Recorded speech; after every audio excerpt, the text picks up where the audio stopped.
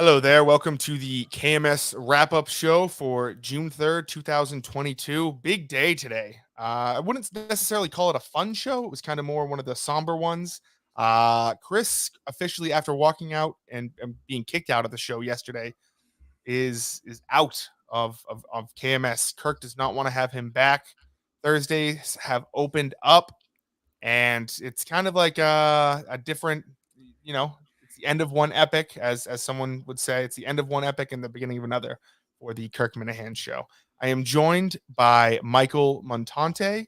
He was mentioned. He's the one who was mentioned on today's show, as Kirk mentioned, for a carousel of replacements to try to see who can fit into that Thursday slot. Montante came to Kirk's mind. It surprised both me and Dave. I originally thought it was Chris visiting nurse from Rhode Island, but yeah, thank you for joining me, Michael. And Yeah. before we get started, so I tweeted out that you were going to join me on the KMS wrap-up show today, and I don't want to say from who, but I got a DM from someone saying that you're a piece of shit. And that could be a handful of people. I did look into this a little bit, and I do notice that you do incorporate yourself with some skelly people, some not great people. I do want to say I am completely against that. Did this DM come from Staten Island? From an Irish guy from Staten Island? I don't know. I don't. DMs don't say where they come from. D3 football player. Okay, no, I'm just guessing here. I could be wrong. Did you play D2 or D1? No, I didn't. Okay, so I mean, I would be talking shit about D3 football players. Okay, so anyway, but I'm actually Italian, so I have that on the person you're talking about.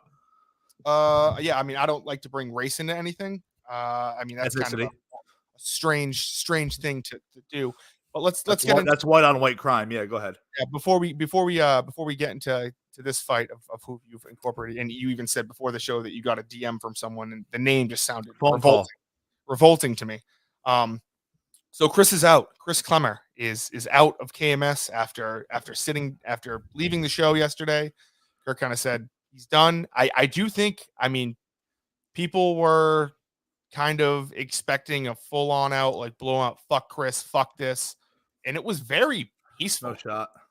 It was very, like Kirk said, he doesn't hate Chris. It's just kind of time to move on from a show perspective, and from a Chris perspective. Chris has already moved on.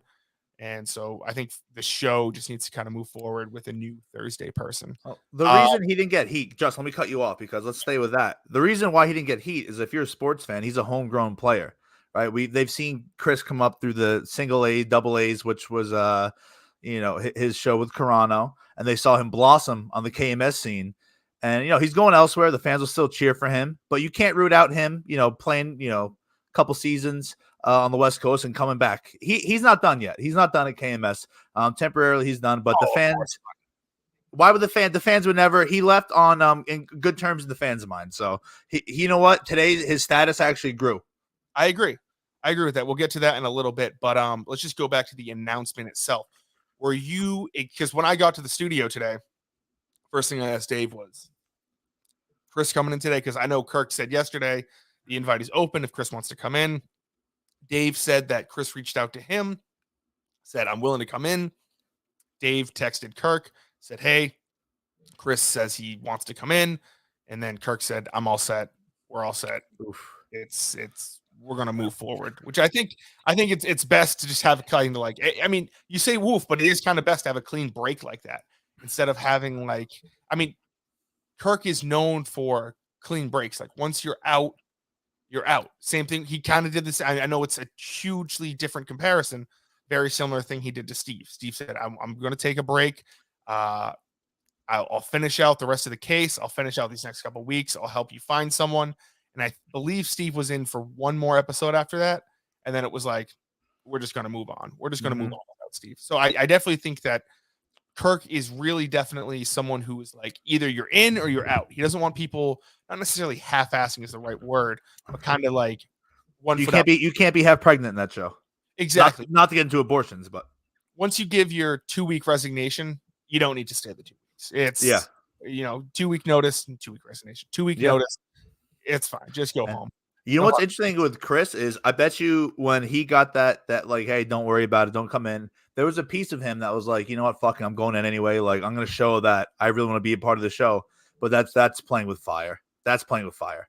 yeah, I don't know. I don't know how it would have been if he Not decided good. Not good. to show up. It would have been. I know Kirk said he would have called the police.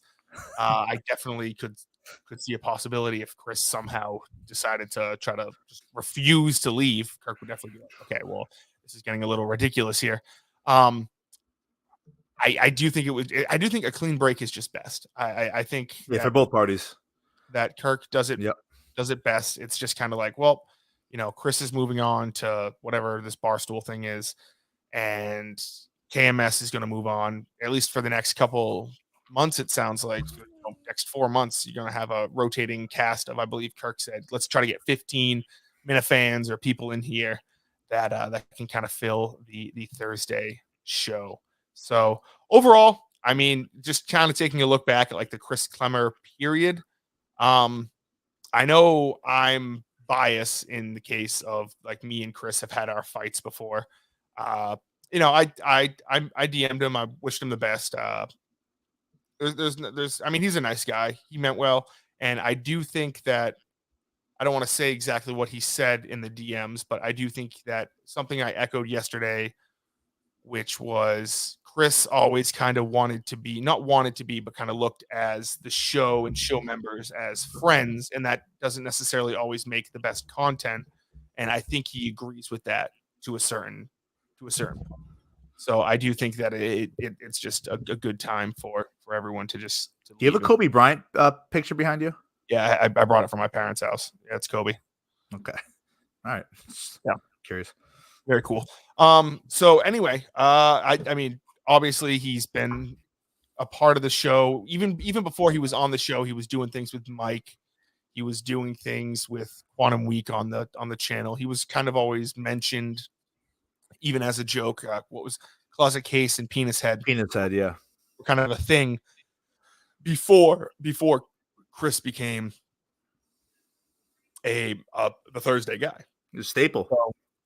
So yeah, so obviously the show is happy to have him, and which is like Kirk said, best of luck going forward. So I don't know if you have any thoughts on it. Well, yeah, you're just doing a monologue. I don't want to interrupt. A lot of ebbs and flows there with your thing. But you touched on it briefly.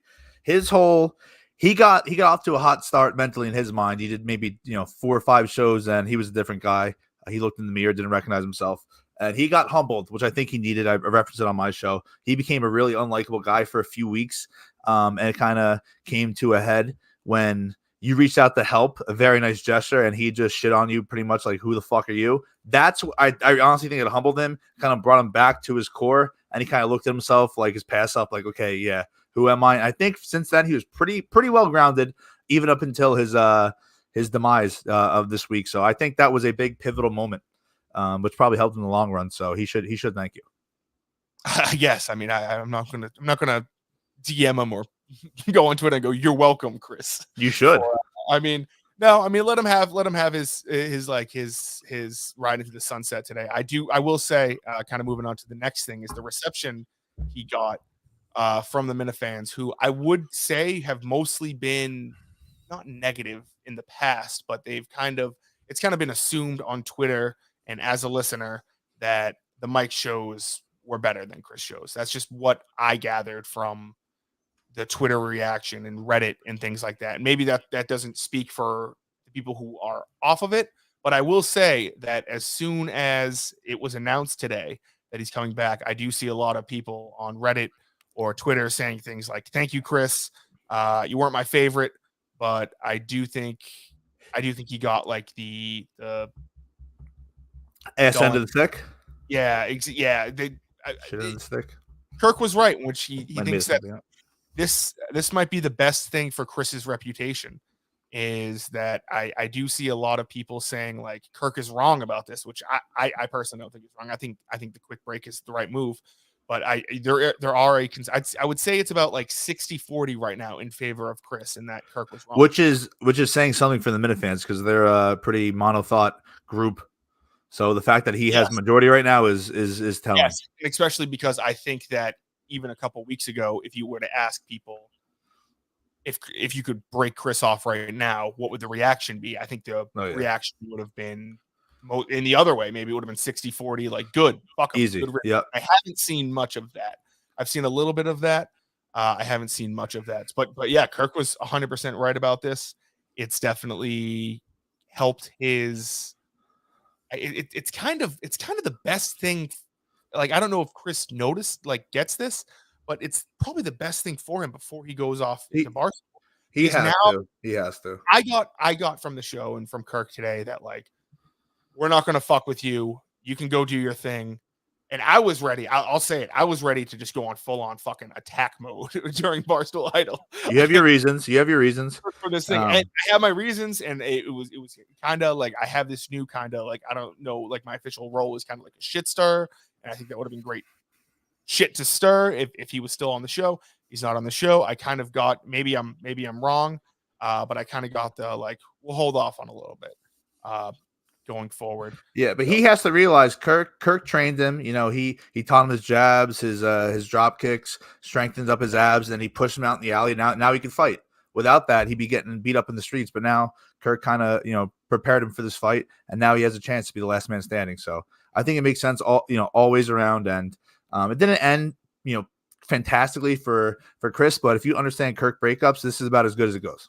I think so too. I think it's, you look at, like, let's just look off in the past. Look at Matt Carano, DEC, MHB, Randy. Even Jerry for a point was a little uglier than this. Jerry for a point.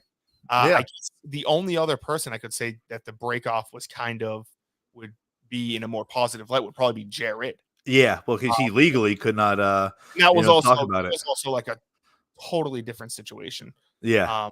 Than what Chris isn't getting millions from any company as of yet. Yes, as of yet. So I think I do think I don't know if the tables if the tides are going to kind of shallow out a little bit and just kind of get back to where people were like, oh, we're not too fond of Chris, or if he's going to be, I don't think he'll ever be forgotten. I don't think he's going to be like when people say, like, oh, remember when this character was a thing for 2 weeks? I mean, he was too big. He's a staple.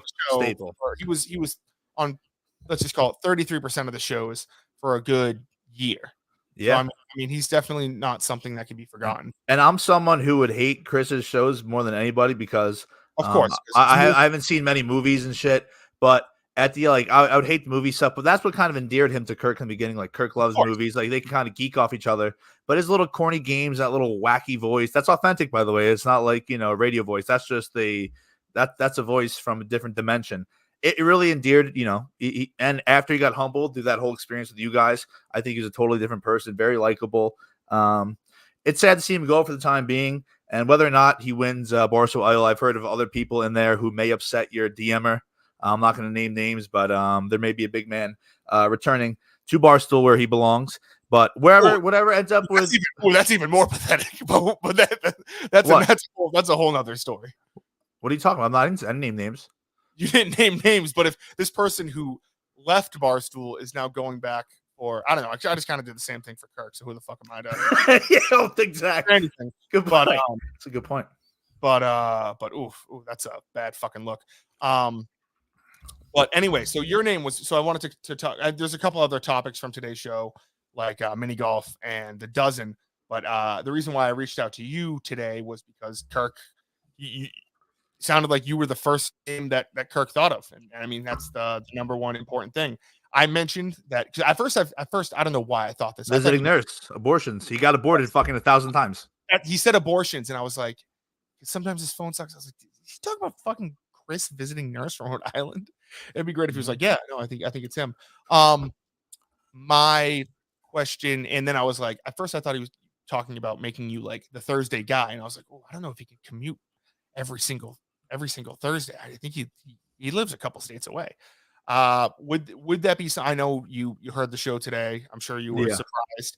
Well, what you have to realize, and I understand Kirk. So Kirk doesn't, lie in bed before he goes to sleep thinking of Montante. It was a subconscious thought in his brain, and know where it came from because you guys played a lot of clip from that Minifandom or whatever Minihane show it is. And in their show description today, they just wrote like "fuck Montante" or "Montante sucks." That's literally all that was. That left that image in his head because he doesn't listen to Montante's world like that. I swear to God, if my haters didn't put that there, he would not have mentioned it.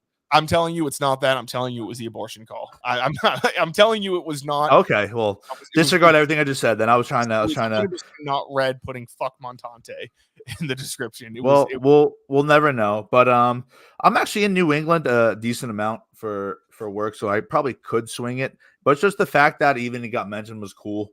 Whether it was to kind of throw a bone to the people, to kind of rattle people up. So I'm a polarizing figure. I know there's a handful of people out there who really don't like me, and they're pretty vocal. But it was just cool. It was cool to hear. It was cool. But yeah. So I don't know if Dave reached out to you about next week. I don't know if next week is on the table, because I know we kind of just got to get through next week, and then we have the Riggs interview, and then Kirk is taking a couple weeks off. Well, whoever does it next week is really gonna throw their bodies on the grenade, because the first one, like, you'll be able to kind of decipher after the first 2 or 3 people get thrown into the lion's den of how to approach it. But the first one going in there, just be going in there, ready to get swarmed. Well, it won't be you, is what you're saying. No, whoever it may be. I'm saying good luck to them. Oh, okay. Well, if I'm a betting man, I would bet that it would be you, my good friend. I did see a couple people say today, like, especially on Reddit, and I definitely saw this today, like, Justin, look out, now that Chris is gone, like, the eyes are set on you. And I definitely could see that as a possibility, and I'm aware that it could possibly. I'm just going to try to keep doing the best that I can. And I definitely do see the tides turning a little bit. Like when Kirk said, like, oh, when I filled in for Dave a couple weeks ago, not everyone, but a lot of people were like, Justin's great. We got to get Justin back. Justin's back. And I definitely see the tides turning a little bit more to what it will eventually settle in as like, okay, yeah, this kid's fucking annoying. He fucking sucks. He's a fat loser. Yeah. Blah, blah, blah. Sells snow cones, hot dogs, what a loser. Snow cone and hot dogs and beer. That's what they're saying. I would never say that. Apparently I fuck a shit ton. J-Rock is just slaying pussy. So that'll be an interesting to see where that goes in the weeks up and coming in toward the Wilbur. It sounds like Chris is like, it doesn't sound like it. Chris is out of the Wilbur too. He won't be a part of the show. I mean, come on. I mean, things change. It's been really quick. I think as of right now, I think Chris is just not. I think not that it would look weak or anything. I just think in Kirk's mind, he's just like, well, if we're gonna, like I said, Kirk likes to do clean breaks. He doesn't like to do like, you come in every once in a while until we find your replacement. It's just something. Yeah, he's a drastic guy either way. So we'll see. I mean, it'll definitely change. But yeah, you know what's funny about, you mentioned it earlier, of how people went from really hating Chris and whatnot. Even people that hate listening to this show and hate their certain characters, as soon as they go, they actually miss hating them. So they do have like a soft spot in their hearts. Whether they could tweet 50 times a week at how much they're a piece of shit, how boring they are, how much they suck. But as soon as that guy goes, if it's Chris for them, they'll miss him.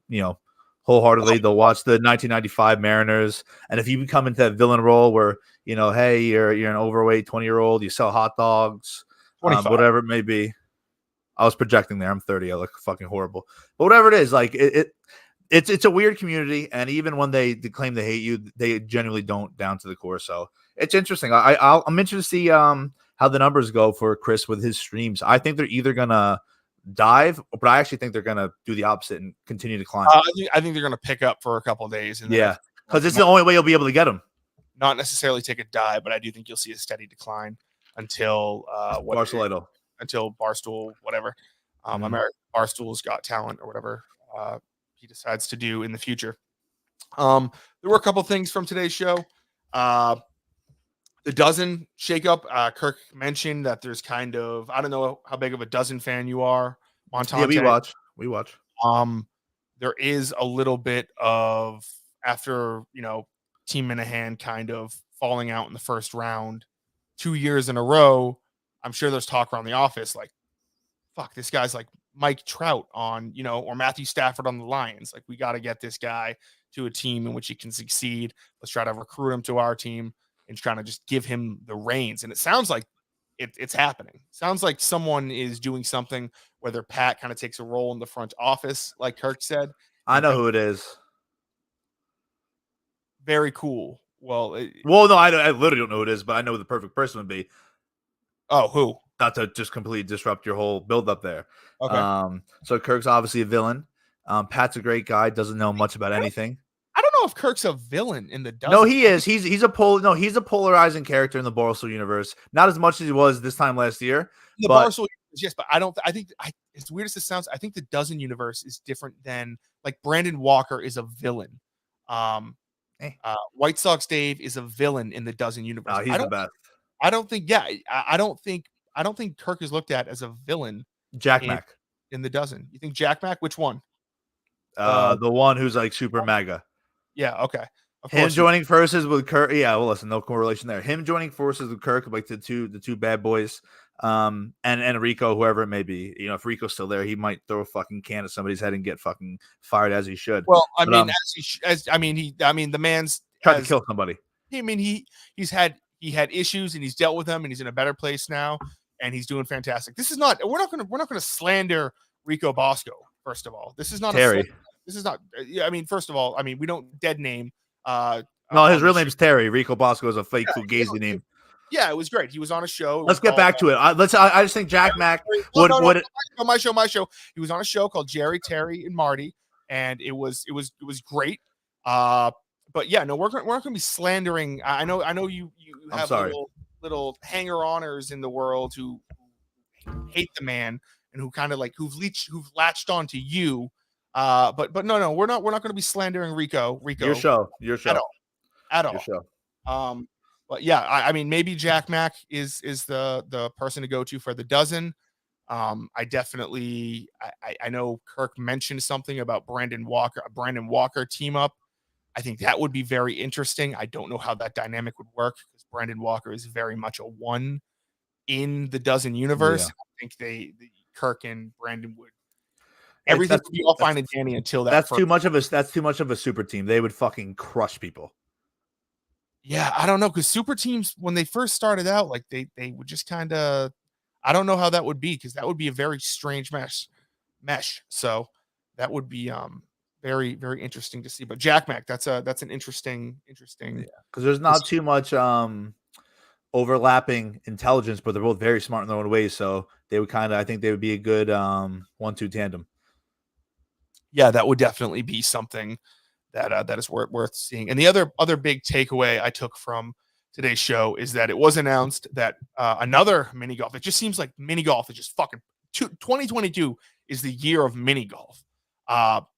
Kirk had the Open at Tabors a couple weeks ago. There's another one in August, and now Barstool is doing one in the Hamptons July 13th. So he will be attending that. I'll be driving down with Dave with equipment to get some sort of show up because it's on a Wednesday and it's the Wednesday before the Wilbur. So I'm sure Kirk will record something with people there. But I think this all happened because of Kirk. Of course, he's the star that serves a drink there. Of course, if Kirk's not at Barstool, you think they're doing mini golf shit randomly? No, I think if Kirk not if Kirk's not at Barstool, if Kirk doesn't go to Tabors, do that, Portnoy sees that, says we should probably get a mini golf thing because that's old school Barstool. That's old school Barstool right there. There have been talks in the past of like Smitty and Stephen Che who say they're like mini golf gods, like doing some sort of thing. But this kind of like lit a fire under the ass. And I think Portnoy and the higher ups saw the reaction that Minifans had to the mini golf and were like, well, if the Minifans are having this reaction, it's getting this many views. Give it to the masses. Well, shout out Cullinane. Without Cullinane did a fantastic job. He shined there. He's a better mini golf announcer than he's a producer. And that's not a shot at his producing skills. He was very good at announcing. His voice was good. His little comments were fantastic. I do think the least Barstool can do to kind of pay back Kirk for kind of like lighting a fire under their ass is golf sponsorships up the ass. I mean, Kirk should never have to buy a golf club again in his life. They should have. I know like TaylorMade sponsors Dave Portnoy show. Come on, Barstool, get him. That is wild, yeah. Get him to sponsor KMS. Just that's the least you can do. Get Kirk decked out in some form of golf gear. Get a brand new set. I don't think he wears gloves because of his favorite golfer. Because of Freddie Cupola or Freddie Couples. He's like the Moises Alou of golf. Yes. So I definitely think that like Could have made that up. That's the least Barstool can do, is just work with Dave a little bit, because I know Dave's been saying these past couple of weeks that it's been a struggle trying to talk to Barstool about golf sponsorships. So, well, he's not killing it with guests or sponsorships, but I mean, whatever. Yeah, I mean, well, who did he lock in today as a guest? Elliot Page, and I don't even want to get into good. that. No. Whoa, relax. Don't go. Your mind's in the gutter. Get it out of it. Umbrella Academy, and you're just going to start going off. No, he's super talented. Thank you. Academy Award winner, Elliot Page, who Dave announced as a lock today. So that was kind of my big takeaways. Other than yourself, is there anyone in the Minifan or Minihane universe that you could see kind of filling? I wrote down a couple. I think the no-brainer is Vigilance Dave. Obviously Kirk has an infatuation with VD. He listens to his stuff. He likes him. VD's an interesting character. He's a perfect amount of toxic, but also like endearing. So he'd be a good mix. My guy, who I love, who I think kind of, no offense on this, fits the freak show role a little bit, is Teddy Sellers. Ted Sellers is funny, little whack packer. Now this is a step down. Buddy obviously knows the show, follows the show, did a show with him. Kirk's worked with him in the past. Tim Ringgold's handsome, tall fella. Of course. Speaking of hot and handsome, Ned Snark would be interesting. Yes. Yeah, for sure. He obviously has a political angle, like but I think Ned Snark also he could talk movies with Kirk. I think he falls. Oh yeah, for sure. Which is, I don't think any of the other ones could. And then unrelated to the KMS world, which I don't think he's looking for, would be not necessarily unrelated to the KMS world. He doesn't want to catch someone up on the show. He doesn't want. So these people know nothing about it. Joey Camasta, who's the co-host with his partner Pat. Joey Camasta is one of the funniest people at Barstool, I think. He's great. And this is a weird one, and this might just because no one might understand this, but I think Matt Castle, former New England guy, he probably listened to Kirk back in the day. He seems to be very in on the joke and probably knows a lot about Kirk's past. I think he has a good sense of humor online. He's someone like totally out of the blue that probably only I thought of, that I think might be a good, strange fit. You think Matt Castle Yes. Has Matt Castle tweeted anything? He's pretty funny. Nothing KMS related, but I think he follows Barstool. Is he sport funny? Like he'll tweet out like, I can't believe Tom Brady's doing this at 42. Here's what I'm doing at 42. And it's him like making chili. I think you may have actually, now I'm uncomfortable. I think you nailed it to a T. So no, yeah. I think it's one of them. I don't know if Matt Castle. Okay, so I didn't bat 1,000, but yeah. So I think you just completely picked apart my last pick. But those are. I think you should bring in comedian Jonas Gray. I don't even know if that reference does anything for you. Never heard of such a person.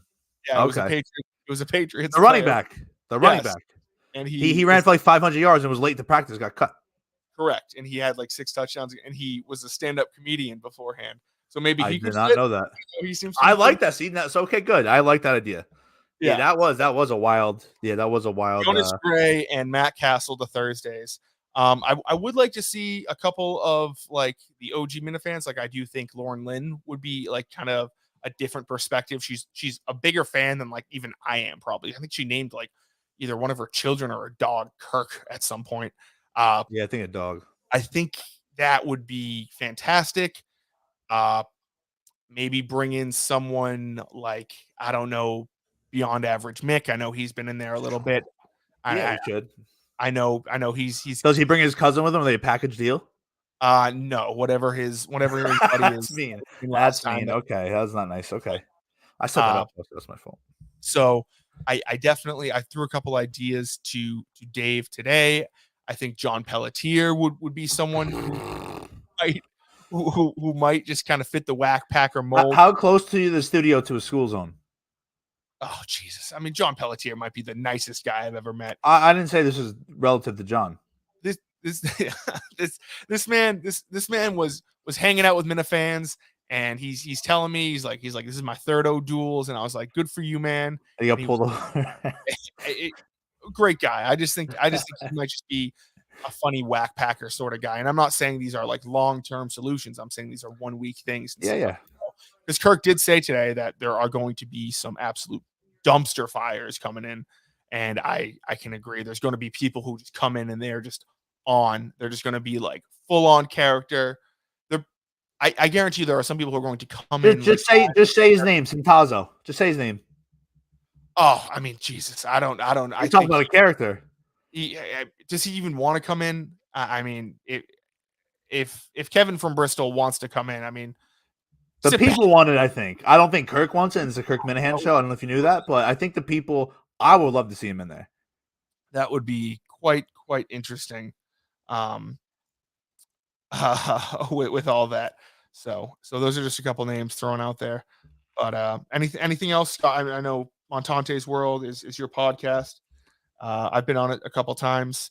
I do know you have a couple guests who are some pretty shitty people, but that's okay. But that's okay. Like I said, I'm not a big fan of that. I try to look past these things. I am friendly and supporters of other people. Well, your buddy who you're alluding to, we won't say his name, Irish fella, little north of me. Nope. We once had a good conversation. We talked to little Rutgers, Seton Hall basketball. So if you ever wants to unblock me and continue that conversation, I am here, Mr. Mayrose. I doubt he does. I'd sometimes. Okay. Montante, the phrase of the day is just clean break. Clean break. Okay. Clean break. So, anywho, that about does it. How long do you usually go? Was it an absolute dud? Or did you do like an hour 45 or what? Are you talking about this? Yeah, show length. You think I normally do an hour 45 wrap up? Hour or 45. I phrased it poorly. Oh no, I 20 to 30 minutes. We're at 30. We nailed it then. Well done. This is great. I mean, no one wants to hear. I don't know. I didn't have any shitty stories about me driving home, and I saw. No, let's end on that. That story, I was all the way in. I was all the way in. I don't know. It just spooked me because I get. This is where like my mental health goes to shit because it's like I just get happy that I'm not a police officer, and it's very. Well, never say never. No, I would never be. I can't hold a gun. They won't let me have a gun. I've been fucking admitted before. They won't let me have a gun. Are you fucking high? We're talking about gun problems in America. They'll give everybody a gun, right? Apparently. Sure, I guess. That story was unbelievable. I thought it came to an anticlimactic ending. I thought this woman was like up on something, and I thought she was just glazed over and wouldn't speak at all. Girl just had a seizure, but we'll get into that on the next wrap up show. We'll keep talking about this story over and over again. I will say I for some reason StreamYard is acting weird. I can't put clips up right now. The clip today, I think I'm going to try to do like Justin's favorite clip of the day, and it won't necessarily be something fun. Flippable. Like yesterday, it was Kirk saying, Justin's into underage girls, and I go, Jesus Christ, in the background. that was good. Off mic, that was good. I tweeted it out from my show account. Kirk saying that Peter Minihane is a Jar Jar Binks guy is an all-time move. And then I don't know if you saw at the end of it, I found the toy where it's Mr. Jar Jar Binks, time to boogie. And then so in a perfect world, that would be put right here. Correct. It was just very funny. Go check. Not far off though. I can imagine from what actually it was pretty much. I sounded like Kirk doing the Jar Jar Binks impression. So thank you. Make sure to listen to Montante's World. It's a great Minifan sideshow. He gets into a lot of conspiracy, crazy COVID shit. And hopefully I'll be seeing you in studio soon. But hopefully you make a couple personal changes in who you associate yourself with in the meantime. All right. If you guys get a chance, listen to what's the show? The Sit Down Mafia show.